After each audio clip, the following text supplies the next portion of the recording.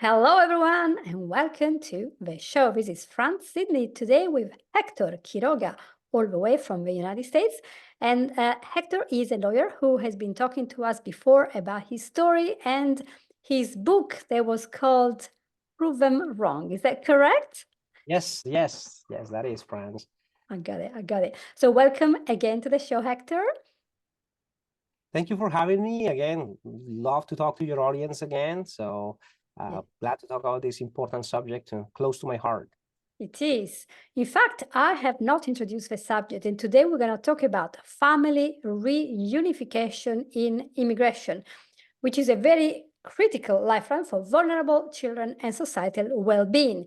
And this is a position that Hector knows very well how to maintain because he was in Colombia and then he moved to the United States and he witnesses every day the disaster that happens. And as we do, every day in society when the father is not in the home or when the family gets destroyed for any reason. So we don't want to destroy the family. And this is very, very important to talk about why families should stay together from a legal point of view, etc., because there are emotional and educational attainment that we want to reach and we can't because our family is separated. So how did you learn about this topic firsthand and legally? And the microphone is all yours. So, I'm a Colombian immigrant in the US. And so, you leave your country, you leave your family, your grandparents. The first thing that I think I learned was when I was being introduced to the US culture is that the concept of family is very different, right? So for us, for Latino, Hispanics, your cousins, your second cousins, your grandparents, your uncles, we have a very broad understanding of family. Maybe Italians seem to have this from what I read and I see. Just families are very extensive. Well, it's not quite so like that in the US. Yes, you have family, but it's really mom, dad, and the kids. That's really family. And where I'm basing this on is really from the statutes and the law, like the rights that somebody have under a family structure are really based on if you're an immediate relative. So there's this sort of peer-based family, right? So there is your immediate relatives, and then there are relatives that are relatives but they're not immediate. And it's a startling thing. It's like a child is your immediate relative, your parent is your immediate relative, but your siblings are not immediate relative. Well, how can that be, right? And so you see this in immigration when you file a petition, for example. You can petition for your parents can petition for you, so long as some things happen, if you're single, for example. And if you were to petition for a sibling, you're waiting, depending on which country you are from, 10, 15, 20 year wait. But if it's a parent, child, you may be waiting, depending on the age, but you may be waiting 6 months to a year. So the differences are huge. I mean, decades versus just months or years is very, very huge. And so, and again, if this child, you're going to petition for a child, and your child is married, doesn't matter if the child married at a very young age, the marriage now makes that not an immediate relative. It's like your child now has his own family. And so it's very interesting because to me, it was just vexing in my mind. It's like, how can you say that your child is always your child, no? I mean, that never changed. Well, not under some legal concepts. And so then that's just family. And then we go into the whole reunification piece that is also a complete different vortex of concepts that come into play. So yeah, it's basically the bureaucracy we put behind the wheel. So we get in the whole movement that is not able to come. And of course, as you were saying, and I do anticipate I am Italian. If you in 184 episodes have not worked this out through my accent, well, you're not listening. My accent is very fake. But yes, in Italy, I remember going to, in the Milan area, some areas called like, I can't remember which area, I mean, it was Lambro, but you see all these houses with archways and they are built all together and they were like massive. And there was lots of them, we call them aschiera. And you see them and you see, well, it's quite a large house. You see, yeah, but that's for the whole family. So you have the grandparents, the parents, the children, and then you have a cousin and the second cousin. I was like, yeah, but that's how It is, in lots of parts of Italy, you will have this constant mixing and matching. You are going on holiday with your cousins. I had a Right. cousin that stayed in my house for 2 years. She worked with my mom. She helped with us, and we're still such great friends that we have such a huge connection.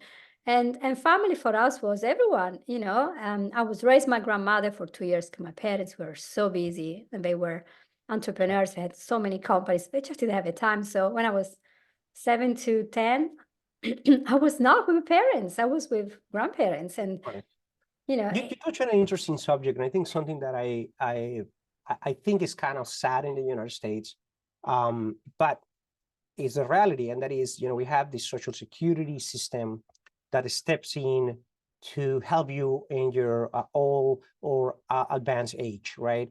And that's kind of foreign to a lot of cultures. I see here the Vietnamese culture, a lot of Asian cultures, and the Latino cultures typically is exactly what you're talking about. You have kids, and then you grow up and you become a professional. But while you get prepared, when you go to college and when you go to your beginning of your career, you're kind of with your parents.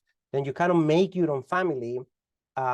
Your parents help you, and then you have children, and now it is your duty to kind of help your grandparents, but they are in turn helping you raise your children while you go to earn in the workplace. It sort of kind of becomes this sort of like, progression. And then as you grow, pretty soon you're going to have grandchildren, and then your kids are kind of going to help take care of you while you help them take care of their kids. And it just kind of continues. That's kind of like the social security system of the world.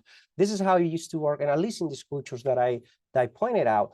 But here it's not like that. It was really like you leave at the age of 18 or 21, depending on what happens if you marry, and then you're not immediate relative anymore. And you are hoping that this social security system, that your 401k, and in many, many cases, is the only source of support you have. So you got a lot of like family homes, for example. You go into retirement, into these places. Some of them are lovely, but a lot of them have a lot of issues. Now, I'm not sure if what you experience is similar, but for me, taking one of your parents to one of those places would just be a disgrace to the family almost. It's just like, you don't do that. That's just not acceptable. And I've come around a little bit. Just we had a situation with Casey's, my wife's dad. He got really, really sick. He developed Alzheimer's. It was dangerous for him to be home. He would grab the keys of the car and wanted to drive when he just really was not conditioned to do that. He had he had a urostomy back on him because he had to go to some very serious cancer treatment where they had to remove some pieces of his prostate and things like that. But he would just rip it off and throw it out. And so it was very difficult. So he needed medical care, around the clock. And so we had to kind of place him in a place a little bit there and just visit him and just kind of do that. This only happened for 6 months before he passed. So I see the need for something like that. I lived it, right? It's this idea that we can care for our parents forever is great, but there gets a point where it's just too difficult, and we're not medical professionals either. I mean, there's a point that managing the medicine, managing these things are difficult. So I see both sides, but I wish we had a little bit more in the United States of this sort of duty to care for our parents when they're, and then their duty to care for our children, so we can continue the family's name forward. I think that's kind of one way to say it. Yes, of course, and also teaches the children that we're all responsible for one another. We care, and also, in my opinion, we shouldn't relegate old people to an old people's home. They have given everything to us, and now, unless they have, as you said, a very important, essential medical need, so they have to be out because we cannot care for them. So it's in their interest. It is very important that those children learn to see that the wisdom of the old people is appreciated, and we are listening to them. I love my grandmother. I always love people. And when we don't do that, we don't allow them to learn anything. And, the emotional impact is huge. It's really, yeah, you touch on a huge subject, and that is there's value at all of the stages of our lives, right? And so we have this value when we are getting old, we're old, elderly, and we can still share with our grandkids and take care of them, at least watch them. The child is receiving that, but it's also very good for the child as well, because that also helping their grandparents and is showing them compassion and is showing them the value of the grandparents. And I think it's a very symbiotic relationship. And I honestly think this is why God created it this way. I think that we just, there is studies that say how good it is for an elderly individual to talk to a child. It's just, or they get this yearning for caring again, right? It's kind of like they do. And we've seen that on Alzheimer patients. They tend to, usually women, but they tend to get a little doll and take care of the doll. And they just got this sort of idea of taking care of the dolls. One of the things that they do sometimes when they're kind of not really, just like they start living a different reality, they sort of start getting really attached to those things. And I think like, why do we have to do that with a doll? Why don't we have the grandkids around providing that love and support for them? And I that's one thing that I think the US could do better. And that is that generational taking care of. And truthfully, we kind of have to go back to that, because the systems, the Social Security system, the Medicaid system it's not doing well at all. I mean, there is not a lot of money in the system anymore. There is a lot more people retiring, collecting the benefits than the people contributing to the benefit. Like this didn't happen in the 60s and 70s when it was set up and when it was developed and when it grew a lot. So now you have a budget problem, right? When it's just fully reliant on that. And you were talking not only about this, but about the impact of a separation of his family. What are the consequences when the children cannot have a parents together, when they're not with their family? What happens to them in your experience? So this is very traumatic. And, we like to think in terms of trauma as an event, a huge event, right? And some of it is very, in the case of my clients, as an immigration lawyer, I've seen officers take away the child from mother, right? When she's breastfeeding, right? Take it away.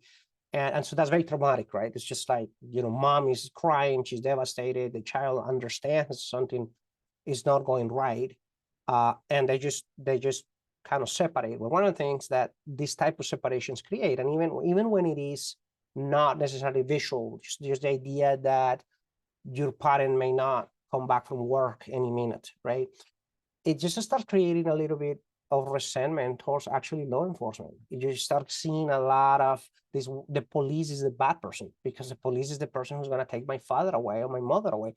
Children don't understand why, or they don't get into politics. All they know is that they were having dinner with dad, and then next day dad is not there. So you get that effect against, and not just for law enforcement, but authority in general, right? You get kids that can be pretty sensitive towards any kind of authority, including in school, but also this sort of idea of abandonment, right? This whole idea of at any moment in time, the other shoe's gonna drop, right? And that's very much what clinical psychologists describe as pretty much anxiety, right? If you see. And when we get anxious, and I think we all experience this, we just may not want to label it, right? But we sort of experience that you feel that something is about to happen or something is not quite right, and you just can't really place your finger on it. You may look at everything. The person who gets up at night and goes and check whether or not the door is locked. Right? You're gonna go and it's locked, everything's locked, the stove is off, I'm checking everything, but somehow I still have this impending feeling of doom. This happens a lot with kids who have experiences, right? So this sense of abandonment. The other issue is, which is devastating, and what is happening in the US is that we have a lot. I think it's being reduced. It was like 6,000 children, and now it's down to like about 1,000 who have not been able to be reunited with their families. And we're talking about when the prior administration put these kids, and you saw the cages, and you saw these things. And so what happened, they went into detention centers, and the detention center, you had to kind of keep the kids by ages and sometimes by gender or whatever. They had to kind of, so instead of building walls, they kind of put this sort of fencing. And pretty soon you had cages for kids. I mean, this is just kind of like, you know, and it became very, very just political. Well, one of these campaigns or these presidents pleas on the campaign trail was he was going to reunite those kids to their parents. Now, when they came into the administration and when it was discovered was that you don't have they didn't have records. They didn't know who the parents were. They didn't know who the custodian were. They didn't know. And so it became very difficult to find who the parent custodian of these kids were. And there's still about, last report I read was about 786 children who had not been able to be reunited with families. Now we're talking about, the campaign for the next election is starting. So we're 3.5 years in, and these children are not reunited with their families. And that is outrageous, I think. I think aside from what we feel on any kind of political spectrum, just the fact that a government will take a family, will separate it, not have records of who goes with who, and then all these are little kids. They're, they're 1 to 4 to 10-year-olds. They can't even verbalize their name in their own name, much less the parents' names. And so it's very, very hard to see that. It is heartbreaking, and I think, I don't want to go into political or anything, because that's not what the podcast is about. But honestly, when you see the kids roaming the streets because there's nobody home, because the mom is working 3 jobs, there is no father. The father is somewhere else for whatever reason. They don't Right. have a stable family figure. They cannot go to any relatives because there isn't one, because maybe they've been in family situations where the family is broken, etc. And you see that they're not nurtured properly, so they're not likely to have all this academic success or job success, because they have no loyalty, they have no purpose, Right. and they feel rejected. And I know about a lot of people, especially ladies, who grew up with this situation, and they are constantly clingy to the partners because they think they're going to be abandoned, and it's not very clear to them. It's very subconscious. Right. And so they keep going into these toxic, abusive relationships because that's all they know. It's the father will leave, my mother is not going to be there. So we have no compassion for these people, but when they grow up, they might become very hardened or Right. very clingy or have emotional problems. They will have a huge toll on society. Right. On many levels. So obviously, always mindful of my time, knowing that the family is the fulcrum, the center of a society. Right. What are some steps that we can take to help families to stay together, be together, and be the center of his family, Right. in your opinion? So in my opinion, okay, and this is a US-based sort of form opinion, okay, I think that we have sort of glorified divorce. We have sort of glorified other things. And I think that sure, you shouldn't be happy in you shouldn't be in an unhappy relationship or an abusive relationship. But it swung almost way too far now, right? What it is actually is uncommon anymore, at least for what I see for people who are married versus what we call married singles, which is people who are not married, but they live almost as if they were, right? Their boyfriend and girlfriend living under one roof, they're pooling resources together, but they really don't want the commitment because either they don't believe on marriage or they don't believe on anything. And so what happens is sort of like as shaken, marriage is not just a family or even a religious concept. It is a civil concept. It is a lawful concept. Like the tax code in the United States was built around families. How much was your household income? And based on that, you are taxed. This is by household. So it's very much what you're talking about, the family unit. It's not just, it is a legal thing. It's a taxable thing. It's very much tangible. So we got a society that is sort of built around it, but not really. We don't really encourage them to stay together. We obviously need options for people who can or will not stay together. But let's go back to the benefits of staying together. And I think really the long-lasting effect is in the children. I come from a family that was broken, right? And I do look back and I say, I saw my mom work so hard, but in a way, mom was trying to be mom and dad, And truthfully, she was neither of those two, because she was just working all the time. She was, and then she would try to be the disciplinarian as well. And so it just, I never had a mother that was very emotional, because she felt that she had to wear the mask of this disciplinarian. And so it created a very awkward position, and I had to work through my trauma. You guys saw it on the book and other things. I had to really get down and see, okay, where are these reactions coming from? Why did I? And from the book, you look at it from perspective of business, right? So one of the issues that I detected is I couldn't really delegate. I couldn't delegate. I didn't want anybody touching my email. I didn't want anybody touching my voicemail, right? That's not, and it's very hard for a lawyer to be checking all his mail, checking all his email. I was, you hire a paralegal and they help you with these things, right? I couldn't do that. That was difficult for me. And it was difficult because I had massive trust issues. I had trust issues because, my father left the house. He didn't, I don't want to say he abandoned us, because he continued to be in my life, but he wasn't there every night. In fact, I was seeing him maybe once a month, if that. So it felt like I was abandoned in many ways, right? And then the other issues that happen that I describe in the book. But I think this is what happens to societies, right? You start losing the trust. And so you can delegate. The idea of, I can't, if I have to do it, if I want something done correctly or done properly, I have to do it. I hear this a lot. Right. Well, why is that? Really? Are you really the only person who knows how to manage an email account? Are you only the only person who is proactive and can put something in a calendar? The answer is no, but somehow we struggle with these things. We struggle very much. And I think it comes from how we were raised. So these communities that are seeking family communication, not only are being affected today, I think the effects generations down the road are just going to be devastating for society as a whole.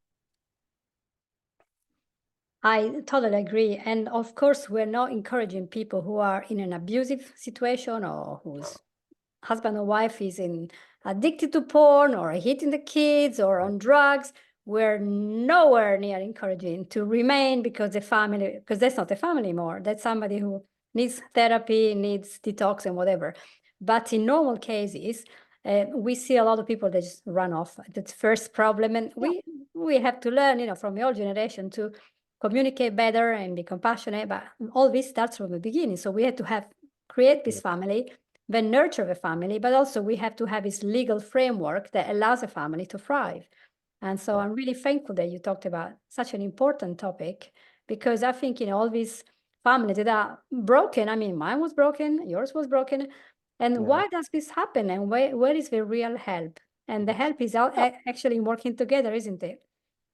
And I had situations, and again, my career as a lawyer, you learn things, very personal things from people, because they tell you, and it's like, I try to understand as much, but I do see some cases in which I go, interesting.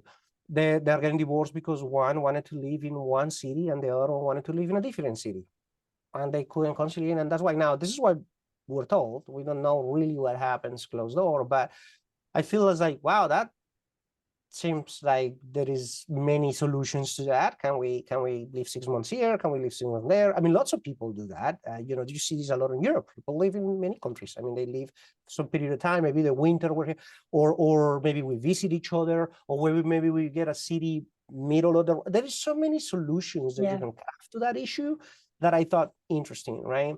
Or, just people says like, we're just not that into each other. And I feel like, well, wait, can we try a little bit harder, right? Again, you're perfectly right. If we're talking about abuse and just excessive things like that, well, nobody should tolerate disrespect or that type of things. But if we're going to make marriage or family or household, the tax system, the retirement system, the systems that have been created in societies, then we definitely we have a vested interest on keeping people in a family. Sure. Yeah. And I always say to people, would you take a job if you went to Warner Bros, Disney, big company, and they tell you are on 0 hours, so we're not going to give you a contract. We don't know when we're going to fire you. And you're like, whoa, but I want some security. What's going to be like my pay? We're not going to tell you, just random. Oh, what time do I have to start work and what time do I finish? Oh, we're not going to tell you that. It's all like there. We don't want to be too committed. Just come when you go and go whenever you want and finish when you like, but we're going to pay you maybe. But baby, at some point, we can just let you go. Would you get a job like that? No. So why would you not get married and actually have a little bit of a promise that you are actually going to try? Although lots of people now don't even do that, because you want to have security. And when the children see a different partner coming and a different one and a different one, they're like, all right, family is like this kind of moving thing. So I don't know when I'm crying and I need help, who do I turn to? Who are my parents? Right. Who are my grandparents? Who are my cousins? Right. They don't have it. And people, I know they will attack me for this, but if we don't clarify what a family is, whatever kind of family yours is, it has to be united. It has to have some clear points where the child knows where to go if you got a problem.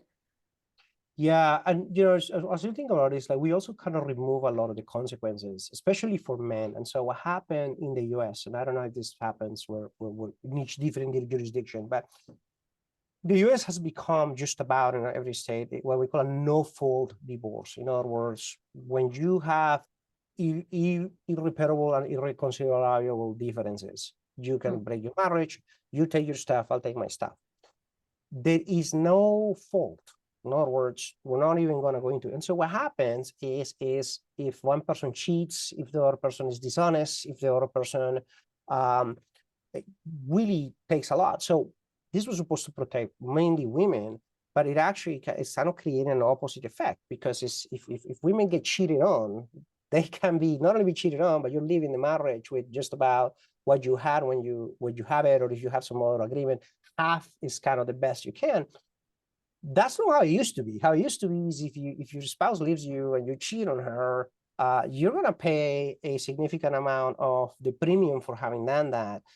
There's a point. And so there is now like a disincentive really to be together, and not to necessarily be kind to the other individual. Right now, I think that in the concept of marriage, there are all sorts of different constructs of marriage anymore, right? But it creates this ability just to walk out at any minute. Well, I'll take my stuff and I leave. What were you together for then? And is this how it is? And so I think this is interesting. Obviously, it's helped many people. I think there's disagreement on this, but I think that no-fault divorce has created a situation where people can walk out a lot easier without really putting a little bit more commitment into it, barring what you and I are talking about, including in those situations when you have a situation of abuse. There's no fault. We're not going to look at anything, and so that in those jurisdictions is very difficult to show the consequence, at least financially, to someone, right?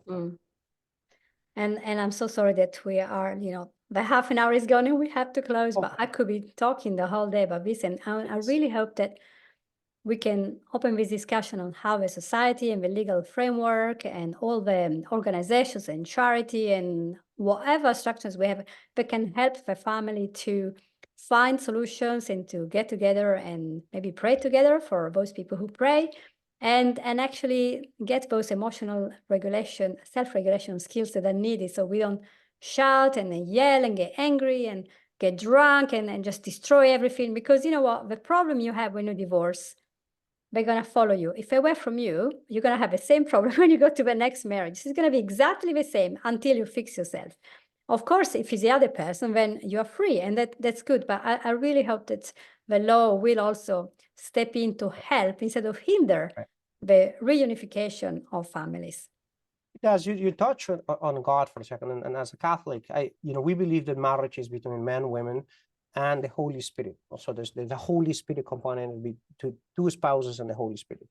The Holy Spirit is sort of help us kind of bind together, and kind of is helpful because it's not especially when you have a fight or conflict, not me against the other person. You got a higher power that you got to answer to, and it helps level things out. And so I think law, spirituality, religion, society expectations play a huge role on this family and keeping family united and reunited if we need to do that.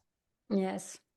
So good. And I could talk forever, but we need to follow the time. So thank you so much, Hector Quiroga, lawyer in the United States. Thank you so much for being with us again. It's been such a pleasure. And who knows, maybe a third episode.